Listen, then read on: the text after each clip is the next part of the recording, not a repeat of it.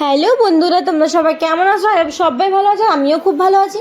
তো তোমরা ভাববে আমি এতদিন পর হঠাৎ করে ব্লগ দিচ্ছি। হ্যাঁ, এরপর আমি কন্টিনিউ ব্লগ দেবো। তো চলো তোমাদেরকে ইন্ট্রোটা করে দিই। Welcome back to my channel, আমি হচ্ছি পিউ। তো তোমরা সবাই কেমন আছো? আর নতুন একটা ব্লগে তোমাদের সবাইকে জানাই স্বাগত। তো চলো ব্লগটা দেখতে থাকো। আর আমি ব্লগটা স্টার্ট করলাম, মানে আমি বাড়ি থেকে বেরিয়েছি, আর এখন আমরা যাচ্ছি একটু বাজারে, মানে ধানবাদ যাচ্ছি, একটু শপিং করবার আছে। আর হঠাৎ করে আজ বেটুদের একটা টিউশন নেই, তাই ভাবলাম কি চলো বিকেল ঘুরে আসা যাক কোথাও। তো আমরা গেছিলাম ধানবাদে একটা মন্দিরে গেছিলাম, আগে ভুইপুর মন্দিরে। তো দেখতে পাচ্ছ কীরকম একটা লাইট ঝাকমক করছে, এত ভালো লাগছিল না, কিছু বলার নেই। কারণ কি এখন না এই গরমে মানে বাড়ির থেকে কোথাও ইচ্ছেই করে না যেতে। তো যাই হোক, আজকে ফাইনালি গেলাম, বাট আমার বরের একদম ইচ্ছে ছিল না কি যাই বলে, বাট আমি ওকে জোর করে নিয়ে গেলাম কি চলো একটু ঘুরে আসি। তো দেখো আমরা এখন এখানে এসেছি ভুইপুর মন্দিরে। আর তোমরা ভাববে হয়তো যে আমার বর হাফ প্যান্ট পরে কেন ঘুরছে, গরমকাল তো, আর এখন এইসব প্যান্টটিও বেশি মানে পরে শ্বশুর বাড়িও যাই তো এরকম পরেই চলে যায়, কোনো ব্যাপার না, কারের ভিতরে যাচ্ছি কী আছে। তো দেখো এখানে আমরা মন্দিরে ঢুকে ফার্স্টে আরতি নিয়ে নিলাম, তারপরে যেখানে পুজো হচ্ছিলো সেখানে গেলাম।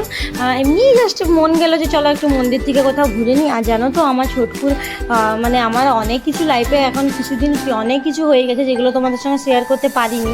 আমার ছোটকুর অপারেশন হয়েছে একটা, তো ওকে আমি কিছুদিন রেখেছিলাম 2-3 মাস, 1-1.5 মাসের মতন বাপের বাড়িতে রেখেছিলাম পুরুলিয়াতে। তো ওই জন্য আমি মন মতলব ভালো ছিল না, তাই আমি তোমাদের সাথে 6 মাস আমি কোনো ব্লগ শেয়ার করিনি, কারণ কি অনেক চাপের মধ্যে ছিলাম তাই। তো দেখো এখন আমি পুজো মানে প্রণাম করে নিচ্ছিলাম, আর বেটিও প্রণাম করে নিয়ে নিল। আর ও যে ছটপট করছিল, এখন আমি ওকে এরকম সাবধানে রাখি, কারণ কি খুব মানে অল্প সময় তো হয়েছে, 1 মাস হয়েছে ওর অপারেশন হওয়া। তো আমি চাই কি এখন ও একটু মানে দৌড়ঝাঁপ না করুক, বাড়িতে থাকুক, তাই জন্য আমি ওকে অনেক সাবধানে রাখি। আর আগে খুব মারতাম, এখন অতটা মারি না, জানি যে খুব বদমাশি করে, কিন্তু এখনও ও নিজেও বুঝে। তো ওই জন্যই। তো চলো তোমরা দেখো ব্লগটা, জানি না তোমাদের কেমন লাগবে।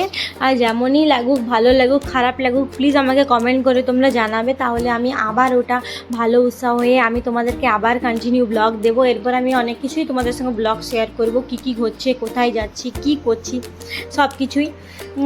তো দেখো এখন আমরা এখানে প্রণাম করে নিলাম, আর প্রায় 15-20 মিনিট মতন ছিলাম ওইখানে।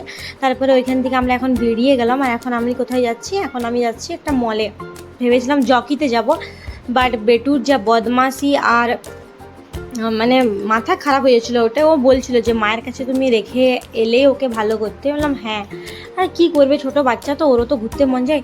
তো আমি আমার বরকে বলছিলাম দেখো তানিশ চলো না একটু আমাকে নিয়ে ওখানে কিছু জুয়েলারি কিনে দেবে, আমার অ্যানিভার্সারি আসছে। ও বলছে এখন টাকা নেই, পকেট খালি। তো এই রিসেন্ট এসি কিনেছি, তোমাদের সঙ্গে শেয়ার করব সেটাও। প্রচণ্ড গরম, তারপরে আমি দুতলাতে থাকি, তো আমার মানে মানে এত গরম আমি থাকতেই পারছিলাম না। আগের বছরে ভেবেছিলাম কিনবো, বাট আগের বছর কিনতে পারিনি, এবছর কিনলাম। তো এরপরে আমি এখন যাচ্ছি জুডিও, খুঁজে পাচ্ছি না। জুডিওতে আমার শপিং করার অনেক শখ ছিল, আমি অনেক ব্লগে দেখেছি, আমি জুডিওতে কোনো দিন শপিং করিনি, ফার্স্ট টাইম শপিং করলাম জুডিওতে। তো এখন আমরা জুডিওই ঢুকছি। আর বেটু প্রচণ্ড জিদ করছিল পিৎজা খাবো, এই আইসক্রিম খাবো, কিন্তু আমি ওকে বলেছিলাম যে বেটাও আগে শপিংগুলো করে নিই। আর তাই জন্যই, আমার একটা ফ্রেন্ডের বিয়ে আছে কিছুদিন পর, তো ওই জন্যই বেটুদের আমি কিছু শার্ট, তারপরে হয়তো ওগুলো ভিডিওতে আমি অতটা ভিডিও করতে পারিনি, কারণ কি জানো তো ছোটকুকে নিয়ে গেলে প্রচণ্ড পরিমাণে বদমাশি করে, আমি কোনো কিছু কিনতেই পারি না, মানে এমন হয়ে যায়। ওর বাবা ওকে নিয়ে দাঁড়িয়েছিল একদিকে, আর আমি আর শিবম কিনছিলাম। তো দেখো তোমরা এখানে আমি এখন কিনে নেব কী আমার বরকে বলছিলাম দেখো কি সুন্দর এই গেঞ্জিগুলো 299 করে, খুব ভালো সফট কাপড়টা। তো বলছিল দেখো তুমি যা নেবে নাও। তো ওরও একটা প্যান্ট আর একটা টপ, সরি টপ বলছি, ওর একটা প্যান্ট আর ওর একটা টি শার্ট নিয়েছি। আর আমার বেটু বলছিল দেখো আমার মেকআপের কত সফট, তুমি কোনটা নেবে বলো, একটা লিপস্টিক নাও, দেখো এই লিপস্টিকগুলো খোলা আছে। আবার শিবম বলছে যে না মা তুমি এগুলো লাগাও না, দেখো সবাই এগুলো ইউজ করে। আমি বললাম হ্যাঁ বাবা আমি এগুলো কিচ্ছু লাগাবো না।